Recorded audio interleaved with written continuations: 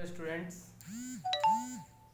आज का हमारा टॉपिक है continuous charge distribution.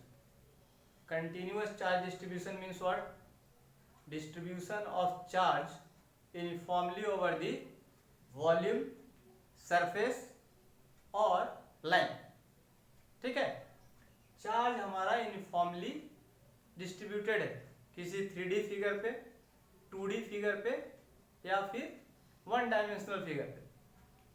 3D figure में स्फीयर कंसीडर कर सकते हैं, 2D फिगर में रेक्टेंगुलर शीट ले सकते हैं और 1D में हमारा वायर हो सकता है। ठीक है, ये इन तीनों 3D, 2D और 1D ऑब्जेक्ट्स पे that charge is uniformly distributed over it. ठीक है, that is called continuous charge distribution. ये हमारा एजम्पशन है। क्यों एजम्पशन है अभी देखेंगे। ठीक है,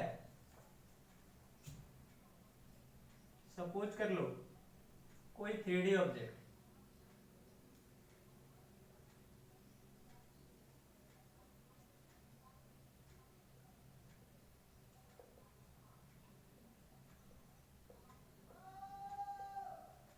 ठीक है, इस पे चार्ज क्या हमारा यूनिफॉर्मली डिस्ट्रीब्यूटेड।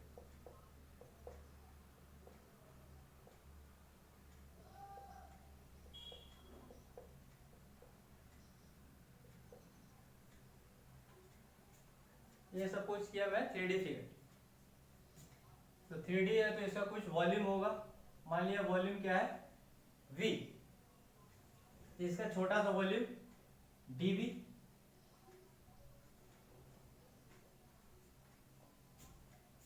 सपोज कीजिए टेस्ट चार्ज है हमारा Q0,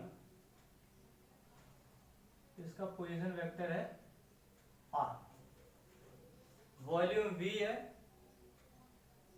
टोटल वॉल्यूम V, तो वेरी स्मॉल वॉल्यूम dV। अगर ये पूरे वॉल्यूम पे चार्ज हमारा Q है तो ये स्मॉल dV पे चार्ज कितना होगा हमारा dQ। ये 3D। सपोज कर लो कोई 2D फिगर, 2D ऑब्जेक्ट हमारा,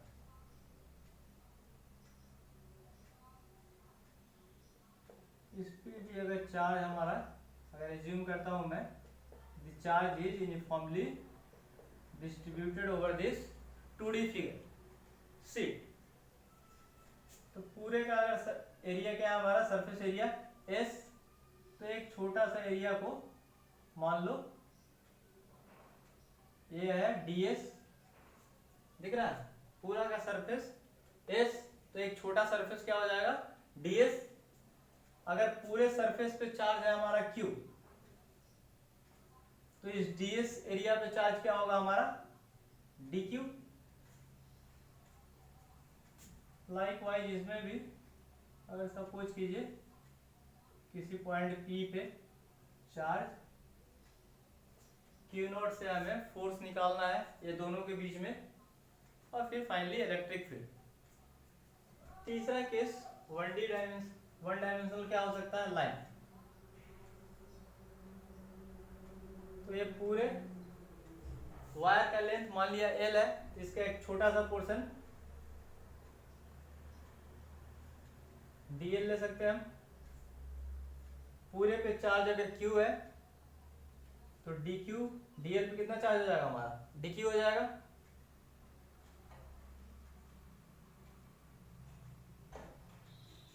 पॉइंट P मान लिया Q0 चार्ज, यहाँ से पोजीशन वेक्टर R। अभी देख लो कंटिन्यूअस चार्ज डिस्ट्रीब्यूशन क्यों पढ़ते हैं। कंटिन्यूअस चार्ज डिस्ट्रीब्यूशन में बता रहा हूं क्या, the uniform distribution of charge over the given volume. अगर 3D फिगर है तो हम ऐसा सपोज करते हैं कि this charge which is existing in the 3 dimensional object is uniformly distributed over this volume. In case of 2 dimensional figure like this sheet, if the charge exists, then we assume that this charge is uniformly distributed over this area. ठीक है, and third one is line distribution. If the charge is distributed uniformly over the line, then this is called line charge distribution. अगर volume पे charge uniformly distributed है, volume charge distribution. Surface area पे अगर uniformly charge distributed है तो surface charge distribution. और अगर किसी कर्व या लाइन पे यूनिफॉर्मली चार्ज डिस्ट्रीब्यूटेड है तो लाइन चार्ज डिस्ट्रीब्यूशन. तो कंटिन्यूअस चार्ज डिस्ट्रीब्यूशन का टाइप हमारा क्या हो गया? 3. एक पहला क्या हो गया? Volume charge distribution.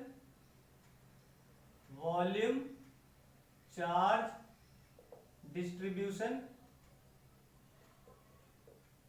And in case of two-dimensional figure, surface charge distribution, charge distribution. And in case of one-dimensional object, this is called line charge distribution. ठीक है? Line charge distribution. ये टॉपिक हमें पढ़ना क्यों जरूरी पड़ जाता है? मैं लिखा हूं इधर कंटिन्यूअस चार्ज डिस्ट्रीब्यूशन मीन्स, तब से मैं बोल रहा हूं क्या, this charge is distributed uniformly over this और this. In fact in real practice these charges are not uniformly distributed over the any 3D figure, 2D figure or one dimensional figure. We have to assume it. Why assume it? Because if we will not assume this as continuous, then this will not be a continuous function. And if this is not continuous function, then it will not be differentiable or integrable. कोई भी function अगर continuous होगा तो ही हम उसे differentiate कर सकते हैं, इंटीग्रेट कर सकते हैं. रियल प्रैक्टिस में हमें छोटा चार्ज नहीं मिलता. हम पहले पढ़े हैं क्या कि एक छोटा चार्ज होता है Q, एक यूनिट पॉजिटिव चार्ज है Q नॉट. ये दोनों के बीच में पोजीशन R है तो मैं फोर्स निकाल सकता हूं. F equals to K Q not upon R square. Vector form में लूंगा तो R यूनिट वेक्टर. ठीक है? तो this is also very small charge, this is also very small charge. But in real practice, this Q is not always very small. The magnitude of this charge is very large. And if this is large, then we have to assume it as continuous. तो मैं पूरे volume पे V मान रहा हूं. ये ढेर सारे चार्जेस हैं. पूरा चार्ज को मैं क्या बोल रहा हूं? पूरे चार्ज वॉल्यूम पे क्या है? Q. उसका मैं एक स्मॉल वॉल्यूम ले रहा हूं dV. तो dV पे स्मॉल चार्ज क्या हो जाएगा हमारा? dQ. अब इस dQ और Q नॉट की वजह से मैं फोर्स निकाल सकता हूं. ठीक है? और उसके बाद टोटल फोर्स निकालने के लिए dQ और Q नॉट के बीच में जो फोर्स निकलेगा हमारा क्या निकलेगा? dF. जब चार्ज हमारा छोटा होगा तो फोर्स भी हमारा छोटा होगा. हमें टोटल फोर्स निकालना है इस पे, दिस टोटल चार्ज पे. तो इस dF को अगर इंटीग्रेट कर दूंगा मैं तो F मिल जाएगा हमें. F is integration of dF. ठीक है? तो देखो इधर पहले फोर्स निकालो. dF फोर्स,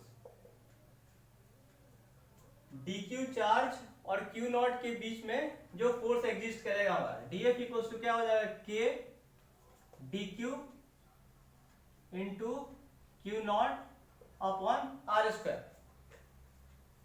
K क्या है हमारा? 1/4 पाई एप्सिलॉन नॉट. मैं K लिख कर रखा हूं. तो ऐसे ऐसे dQ चार्ज की वजह से इतना फोर्स, सपोज कर लो इसको वेक्टर फॉर्म दे दिया मैं. ठीक है? तो dQ चार्ज की वजह से ये dF फोर्स. तो टोटल फोर्स क्या होगा हमारा? Total force will be equal to integration of this dF. तो total force this F is equal to integration of K dQ to Q not upon R square. R unit vector, Coulomb's law लगा रहा हूं. ठीक है? बाकी जो constant है उनको बाहर कर दो, के क्यू नॉट, ये डी क्यू इंक्रीज करते जाएगा, D Q D Q D Q D Q, सारा ऐड होकर क्या होगा क्यू, तो यही हमारा ऐड होने वाला है, ये अंदर रहेगा D Q upon R square, R unit vector, ठीक है। तो अगर फोर्स निकल गया हमारा, तो फोर्स निकल गया तो मैं इलेक्ट्रिक फील्ड भी निकाल सकता हूं इस पॉइंट पे चार्ज क्यू नॉट के पास। तो इलेक्ट्रिक फील्ड बताइए क्या होगा, electric field equals to force per unit charge, हम सब पहले टॉपिक में पढ़ चुके हैं।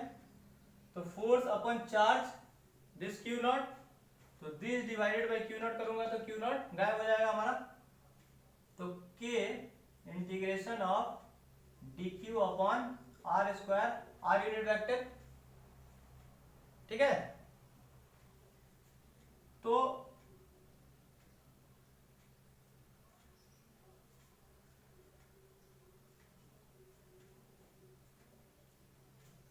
ये हमारा इलेक्ट्रिक फील्ड निकल गया। अभी एक चीज देख लो, ये वॉल्यूम है, तो वॉल्यूम पे चार्ज डिस्ट्रीब्यूटेड यूनिफॉर्मली, पर उस चार्ज का डेंसिटी क्या है, जो भी हमारा चार्ज का डेंसिटी होगा, that charge density is called volume charge density.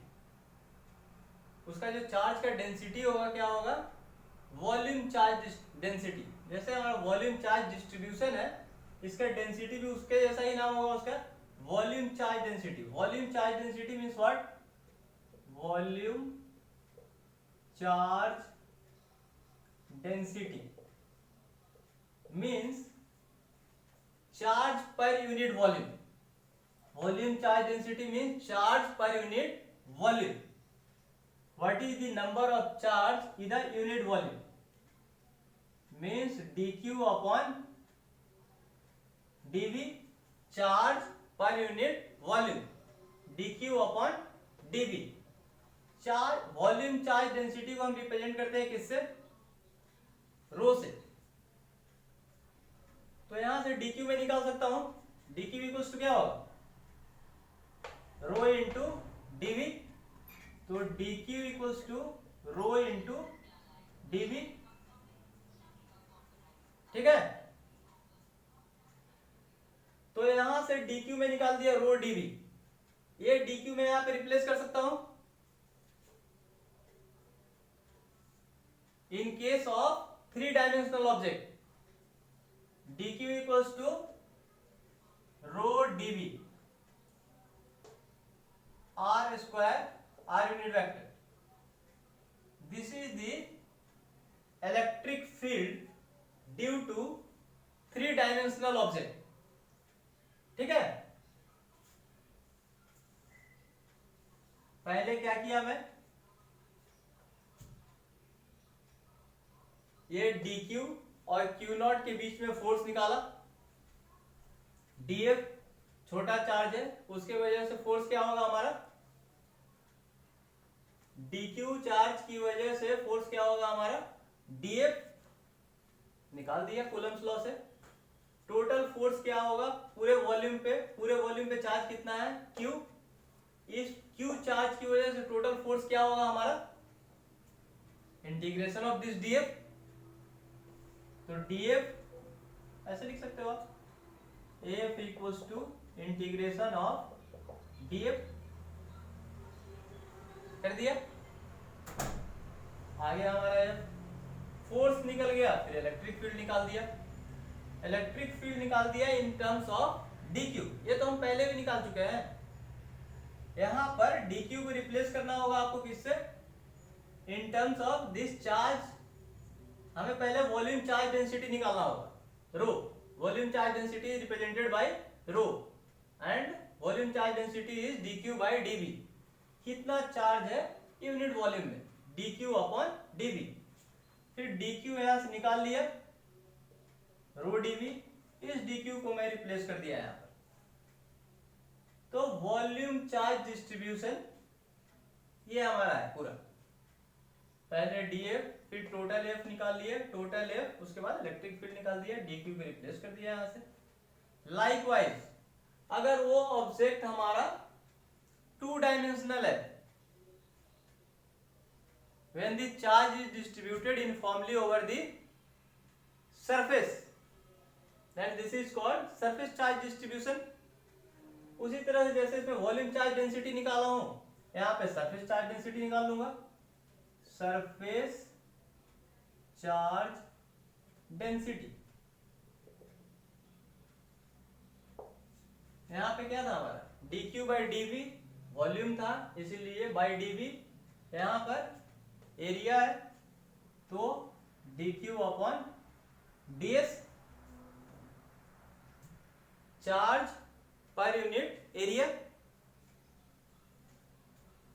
This surface charge density is represented by sigma, तो sigma equals to dq upon ds। पढ़ लेना सिग्मा, ये रो है, ये सिग्मा है, इधर लैम्डा आने वाला। सिग्मा इक्वल्स टू 6 नहीं है, sigma, sigma equals to dq upon ds। तो dq जैसे यहाँ पे dq रिप्लेस किया था मैं रो dv से, यहाँ पर dq रिप्लेस करूंगा सिग्मा ds से, तो dq इक्वल्स टू क्या हो जाएगा हमारा, सिग्मा ds। तो इस केस में भी मैं फोर्स निकाल लिया, फिर इलेक्ट्रिक फील्ड भी निकल जाएगा, ये तो पहले निकाला था। डायरेक्ट इलेक्ट्रिक फील्ड निकाल दो इसका। इलेक्ट्रिक फील्ड क्या होता है, k dq by R square, तो electric field equals to k integration of dq upon R square, R unit vector, dq कितना है हमारा, sigma ds, sigma ds upon R square, R unit vector. ठीक है, k का value आप substitute कर सकते हो, बुक में लिख देता है 1/4 pi epsilon nought integration of sigma ds upon R square, R unit vector. तो in case of 2 dimensional figure we can find the electric field like this, sigma is the surface charge density. जब 2 dimensional होगा तो sigma का इस्तेमाल करेंगे, 3 dimensional होगा तो रो का इस्तेमाल करेंगे, जब 1 डायमेंशनल होगा तो फिर लैम्डा यूज करेंगे। ठीक है, likewise when the charge is uniformly distributed over the curve or straight line, this is curve line, curve linear। ठीक है, this charge is uniformly distributed over the line, we have assumed it। हमें पता है, मैं बार बार बोल रहा हूं कि मैं एज्यूम कर रहा हूं, क्यों एज्यूम कर रहा हूं, क्योंकि यहाँ पर क्वांटम नेचर ऑफ चार्ज को नेग्लेक्ट किया जा रहा है। The charge is all, charge always exist in bundle of packet. ठीक है, और बंडल और packet they are discrete, they are not continuous. ठीक है, क्वांटाइजेशन ऑफ चार्ज हम पढ़ चुके हैं। ठीक है, चार्ज ट्रांसफर भी होता है तो वो कंटिन्यूअसली ट्रांसफर नहीं होता है, वो डिसकंटिन्यूअस मैनर में ट्रांसफर होता है in the terms of electron. Q equals to क्या होता है quantization of charge, Q equals to plus minus any. This charge is in terms of number of electron. Charge on electron कितना होता है, -1.6 into 10 to the power -19 coulomb. तो charge continuous नहीं होता है, हम एज्यूम कर रहे हैं यहाँ पे। ठीक है,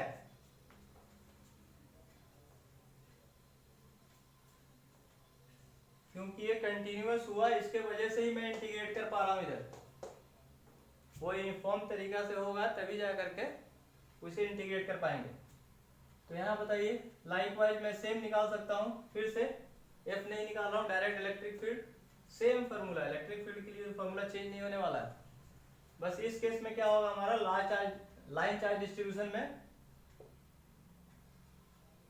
line charge density, line charge density यहाँ पे क्या था हमारा dq बाई dv, यहाँ क्या था dq बाई ds, एरिया था तो ds, वॉल्यूम था तो अपन dv, यहाँ पर लेंथ है तो क्या हो जाएगा dq बाई dl। ठीक है, लाइन चार्ज डेंसिटी को किससे रिप्रेजेंट करते हैं, lambda, lambda equals to dq upon dl। तो यहाँ पे dq कितना निकल जाएगा हमारा लैम्डा dl।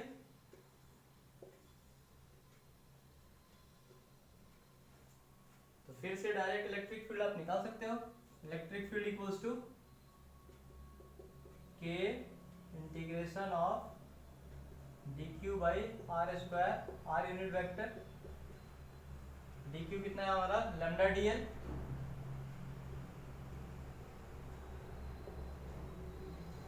k को आप सब्स्टिट्यूट कर दो 1/4 pi epsilon nought integration of lambda dl upon r square.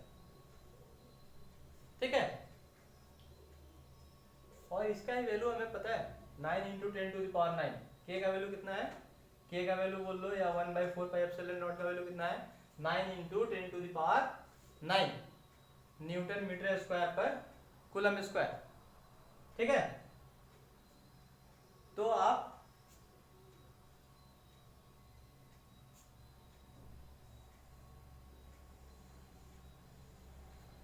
समझ में आया, तीनों केस में 3D फिगर के केस में, 3D ऑब्जेक्ट के केस में, 2D ऑब्जेक्ट के केस में और 1 डायमेंशनल ऑब्जेक्ट के केस में इलेक्ट्रिक फील्ड मैं निकाला तो इलेक्ट्रिक फील्ड पहले भी था लेकिन वो चार्ज हमारा छोटा हुआ करता था यहाँ पे, पर इसमें या इसमें या इसमें चार्ज ढेर सारे हैं तो एक यूनिट चार्ज पे मैं फोर्स निकाल लिया या इलेक्ट्रिक फील्ड निकाल लिया, फिर पूरे चार्ज का निकाल दिया बाय इंटीग्रेटिंग। इस पे भी यूनिट चार्ज का फोर्स निकाल लिया, फोर्स नहीं निकाला डायरेक्ट इलेक्ट्रिक फील्ड निकाल दिया, फोर्स निकाल सकता हूँ।